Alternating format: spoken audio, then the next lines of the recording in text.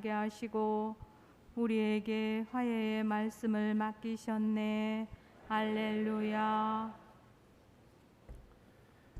주님께서 여러분과 함께 또한 사제의 영과 함께 마테오가 전한 거룩한 복음입니다. 주님 영광 받으소서. 그때 예수님께서는 배에 오르시어 호수를 건너 당신께서 사시는 고을로 가셨다. 그런데 사람들이 어떤 중풍병자를 평상에 뉘어 그분께 데려왔다. 예수님께서 그들의 믿음을 보시고 중풍병자에게 말씀하셨다. 얘야, 용기를 내어라. 너는 죄를 용서받았다. 그러자 율법학자 몇 사람이 속으로 이 자가 하느님을 모독하는군 하고 생각하였다. 예수님께서 그들의 생각을 아시고 말씀하셨다. 너희는 어찌하여 마음속에 악한 생각을 품느냐? 너는 죄를 용서받았다 하고 말하는 것과 일어나 걸어가라 하고 말하는 것 가운데 어느 쪽이 더 쉬우냐? 이제 사람의 아들이 땅에서 죄를 용서하는 고난을 가지고 있음을 너희가 알게 해주겠다. 그런 다음 중풍병자에게 말씀하셨다. 일어나 내 평상을 가지고 집으로 돌아가라. 그러자 그는 일어나 집으로 갔다. 이 일을 보고 군중은 두려워하며 사람들에게 그러한 고난을 주신 하느님을 찬양하였다. 주님의 말씀입니다. 그리스도님 찬미합니다.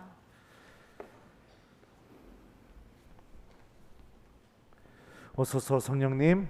세륜하게 하소서. 얘야, 용기를 내어라. 너는 죄를 용서받았다. 안녕하세요. 창세기를 읽어보면 아브라함과 하느님이 소돔을 두고 대화하는 장면이 있습니다. 소돔 땅을 하느님께서 벌하시려고 하자 아브라함이 거기에 의인 50명만 있으면 그 50명을 보아서라도 하느님 용서해 주셔야 되는 거 아닙니까? 그러니까 50명 있으면 용서해 줄게 하느님 이러십니다. 그럼 40명이면요, 40명 있으면 용서해 줄게. 30명은요, 30명 있으면 용서해 줄게. 이 장면 기억나시죠? 예. 여기서 창세기가 고백하고 있는 하느님의 아주 중요한 모습 중에 하나가 무엇이냐면, 하느님께서는 아주 소수의 의인들의 믿음을 보시고 수많은 사람들의 죄를 용서해 주시는 하느님이라는 게 이 본문에서 고백되고 있습니다. 그런 하느님의 모습이 오늘 복음에서 예수님을 통해서도 그대로 드러나고 있습니다. 오늘 예수님께서는 중풍병자를 고쳐주시는데요, 그 중풍병자를 고쳐주시기 전에 마테오복음서 저자가 묘사한 이 말이 아주 흥미롭습니다. 예수님께서는 그들의 믿음을 보시고 중풍병자에게 말씀하셨다. 얘야, 용기를 내어라.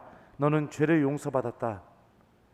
예수님께서는 중풍병자의 믿음을 보고 중풍병자의 죄를 용서해 주신 게 아닙니다. 그죠? 중풍병자를 예수님께 데려간 사람들의 믿음을 보고 중풍병자의 죄를 용서해 줬다는 점입니다.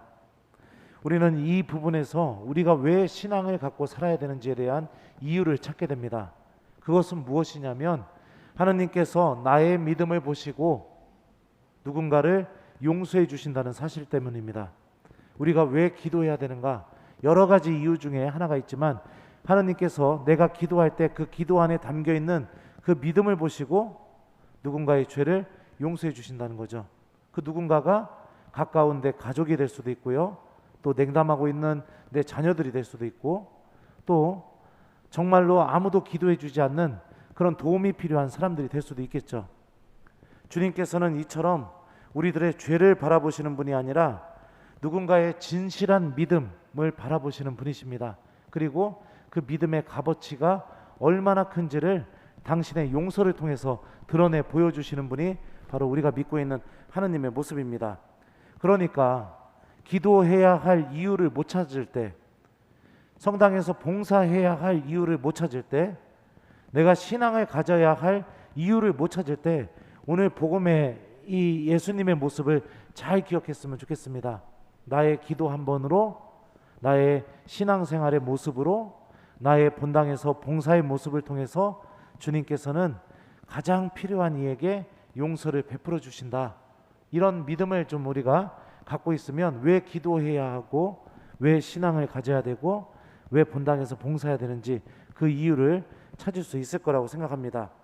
두 번째로 또 우리가 오늘 복음의 메시지 중에 중요한 것 중에 하나가 무엇이냐면 이렇게 예수님이 중풍병자를 고쳐주시는 모습을 보고 율법학자가 다음과 같이 말합니다. 이 자가 하나님을 모독하는군. 이렇게 생각을 하자 예수님께서는 그렇게 생각한 율법학자들에게 뭐라고 대답하시냐면요. 너희는 어찌하여 마음속으로 악한 생각을 품느냐 이렇게 말씀하셔요. 그러니까 율법학자는 어떻게 생각한 거죠? 하나님만 죄를 용서해 줄 수 있다 이렇게 생각한 거예요. 그렇게 생각한 율법학자의 생각이 예수님께서는 뭐라고 얘기하시냐면 악한 생각이라고 얘기합니다. 악에서 온 생각. 그러니까 하나님만 죄를 용서하실 수 있다라는 것을 굉장히 잘못된 악에서 온 생각이라는 거죠.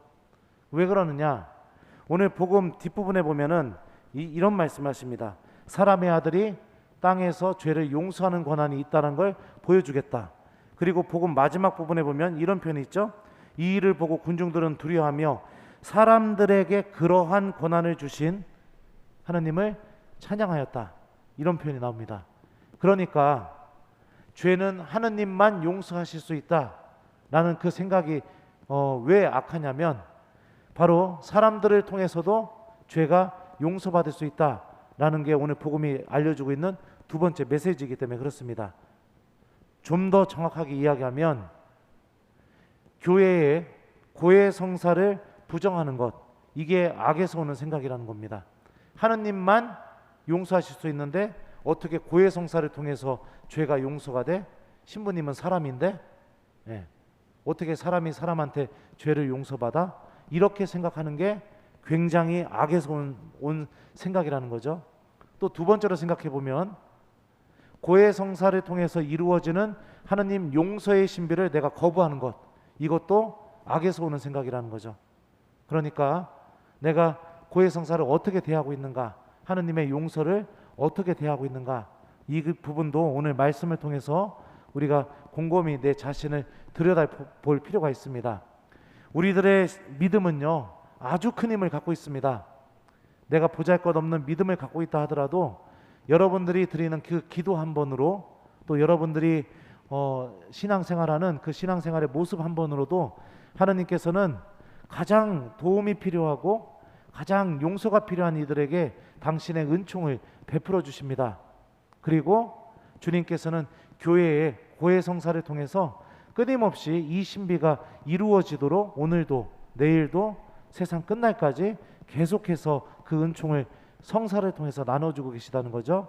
그러니까 오늘 말씀을 우리가 잘 묵상하면서 내가 왜 나의 믿음을 통해서 하나님께서 필요한 은총을 나누어 주신다, 이 메시지와 그 다음에 내가 고해성사를 거부하거나 고해성사 자체를 부정하는 것은 악에서 오는 생각이다 라는 이 두 가지, 이 두 번째 메시지를 잘 기억하면서 여러분들 주님께 필요한 은총을 청하고 또 내가 잘못한 것이 있다면 하나님께 용서를 청하는데 주저하지 않는 신앙인이 되도록 노력해 보셨으면 좋겠습니다. 숙제 드릴게요. 오늘 숙제는 두 개 중에 하나를 하시면 됩니다. 오늘 복음 메시지가 두 가지니까요. 첫 번째는 여러분들 집에 냉담자가 너무 많다면 여러분들 집에 가셔서 기도하는 모습을 좀 보여주셨으면 좋겠습니다. 주님께서 여러분들이 그 기도하는 모습을 보시고 여러분들 집에 있는 냉담자들의 모든 죄를 용서해 주실 겁니다. 필요한 은총을 주실 겁니다. 그러니까 내가 집에서 기도할 때마다 주님께서 하느님을 믿지 않는 나의 가족들에게 은총을 주신다, 이런 믿음으로 여러분들 오늘 주무시기 전에 집에서 기도 한번 하기, 또는 두 번째 메시지가 뭐죠? 고해성사에 대한 내용입니다. 하느님의 용서죠. 내가 고해성사 본 지가 너무 오래됐다면, 그리고 나는 고해성사 보는 것 자체를 너무 싫어하고 있다면 좀 성령께 도움을 청하면서 오늘 하루 마무리하시기 전에 내가 그동안 어떻게 살아왔는지 곰곰이 내 자신을 좀 성찰해 보는 것, 두 개 중에 하나를 꼭 좀 이렇게 실천해 보셨으면 좋겠습니다. 주님께서는 언제든지 우리가 다가가기만 하면 당신의 은총을 나누어 주시고, 또 내가 절대로 이것도 용서받지 못할 거야 하는 죄도 반드시 다 용서해 주시는 하느님이시라는 걸 우리 교우 여러분들 잊지 않기를 바랍니다. 얘야 용기를 내어라. 너는 죄를 용서받았다. 아멘.